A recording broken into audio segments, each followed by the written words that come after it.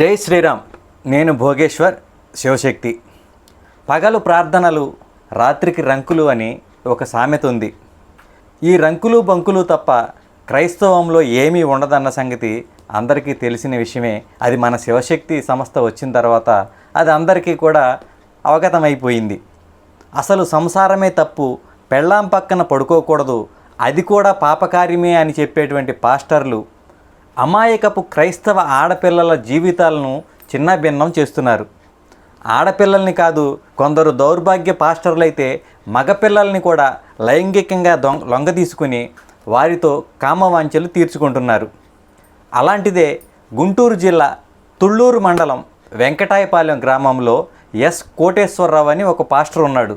మనోడు వయసు ఎంతో తెలుసా? కేసు బుక్ అయ్యే నాటికి 55 సంవత్సరాలు, అంటే ఇప్పుడు 60 దాటిపోయి ఉంటాయి. ఇతనికి పెళ్ళాం పిల్లలు అందరూ ఉన్నారు. అతని ఇంటిలోనే ఒక చర్చి నిర్వహిస్తూ ఉంటాడు. ఈ 60 ఏళ్ల వృద్ధ పాస్టర్కి ఏ పరమగీతం చదివాడో ఆ బైబిల్లో ఏమో తెలియదు, కానీ ఇంటి పక్కనే నివాసం ఉంటున్నటువంటి ఒక ఫ్యామిలీలో ఒక 15 ఏళ్ల అమ్మాయి పైన వీడి కామపి చూపులు పడ్డాయి.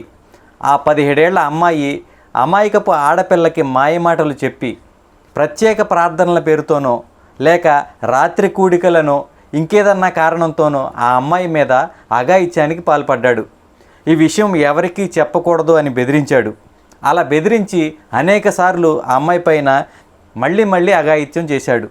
15 ఏళ్ల వయసున్న అమ్మాయి పాపం ఎవరికి ఏం చెప్పుకోలేకపోయింది. ఆ తర్వాత కొన్ని రోజులకి ఆ పాపకి అనారోగ్యం కారణంగా విజయవాడ గవర్నమెంట్ ఆసుపత్రికి తీసుకువెళితే వైద్యులు పరీక్షించి ఆ అమ్మాయి గర్భవతి అని చెప్పడంతో వాళ్ళ తల్లిదండ్రులు ఇంటికి తీసుకొచ్చిన తర్వాత నిదానంగా ఆరా తీస్తే ఈ పాస్టర్ ఎస్ కోటేశ్వరరావు అనే అతను చేసినటువంటి నిర్వాకం ఆ అమ్మాయి చెప్పింది. ఆ తర్వాత ఈ పాస్టర్ కోటేశ్వరరావు పైన కేసు నమోదు చేయడం, 2018 నుంచి ఇప్పటి వరకు ఆ కేసు విచారణ జరగడం, ఇప్పుడు గత వారం క్రితం ఆ పాస్టర్ కోటేశ్వరరావుకి 20 సంవత్సరాల జైలు శిక్ష, 1 లక్ష రూపాయలు జరిమానా విధిస్తూ కోర్టు తీర్పునిచ్చింది. ఇలాంటి వాళ్ళు చాలామంది తప్పించుకుని పోయిన వాళ్ళు చాలామంది ఉన్నారు. ఇలాంటి కేసుల్లో ఇంకొక విషయం ఏమిటంటే ఇతను ఇండివిజువల్ పాస్టర్ అన్నమాట. అంటే ఇతను సొంతంగా ఒక ఇంటిలో ప్రార్థనలు చేసుకుంటూ చర్చిని నడుపుతున్న వ్యక్తి.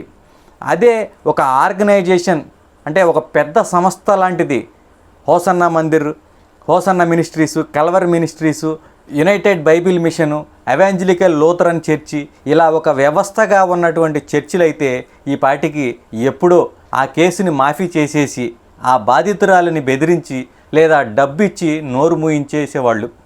ఇతను ఇండిపెండెంట్ పాస్టర్ కాబట్టి ఈయండి ఎవరు పట్టించుకోలేదు, కాబట్టి ఇతనికి శిక్ష పడింది.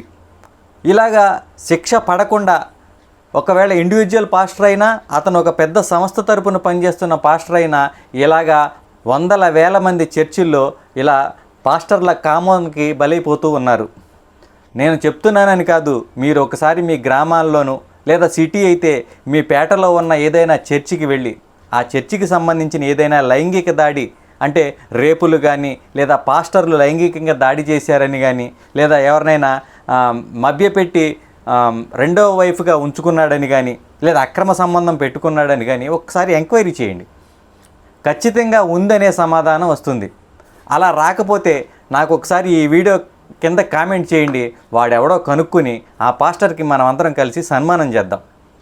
పాస్టర్లు మత మార్పిళ్ల పేరుతో, లవ్ జిహాదుల పేరుతో ముస్లింలు, లవ్ క్రూసైడ్ల పేరుతో క్రైస్తవులు మన హిందూ ఆడపిల్లలని మన కళ్ళ ముందే మతం మార్చి, మన కళ్ళ ముందే చిత్రహింసలకు గురిచేసి, మన కళ్ళ ముందే చంపి ఫ్రిడ్జుల్లోనూ ముక్కలుగా చేసి సూట్ కేసుల్లోనూ పెడుతుంటే ఆ సూట్ కేసులో పెట్టింది, ఆ ఫ్రిడ్జ్లో పెట్టింది మా ఆడపిల్ల కాదుగా, మా ఇంటి ఆడపిల్ల కాదుగా అని ఎవరికో ఎక్కడో పుట్టిన ఆడపిల్ల కదా అని ఊరుకుంటున్నారు. కానీ మన హిందూ కుటుంబంలో ఒక స్త్రీ మరణించింది, మన హిందూ కుటుంబంలో ఒక వ్యక్తి, ఒక స్త్రీని మనం కోల్పోయాము. కోల్పోవడమే కాకుండా ఎప్పటికైనా హిందూ జాతిని, హిందూ సమాజాన్ని, హిందూ దేశాన్ని నాశనం చేయాలని, ఈ దేశాన్ని హస్తగతం చేసుకోవాలని చూసేవాడికి 10 మందిని పిల్లల్ని కనడానికి, వాళ్ళని పెంచి పోషించడానికి, వాళ్ళకి బానిసలుగా మారిపోతున్న అమ్మాయిలను చూసి లబోదీపమని ఏడవడం తప్ప మన సమాజంలో మగతనం చచ్చి బతుకుతున్నాము అనేది నేను అనుకుంటున్నాను.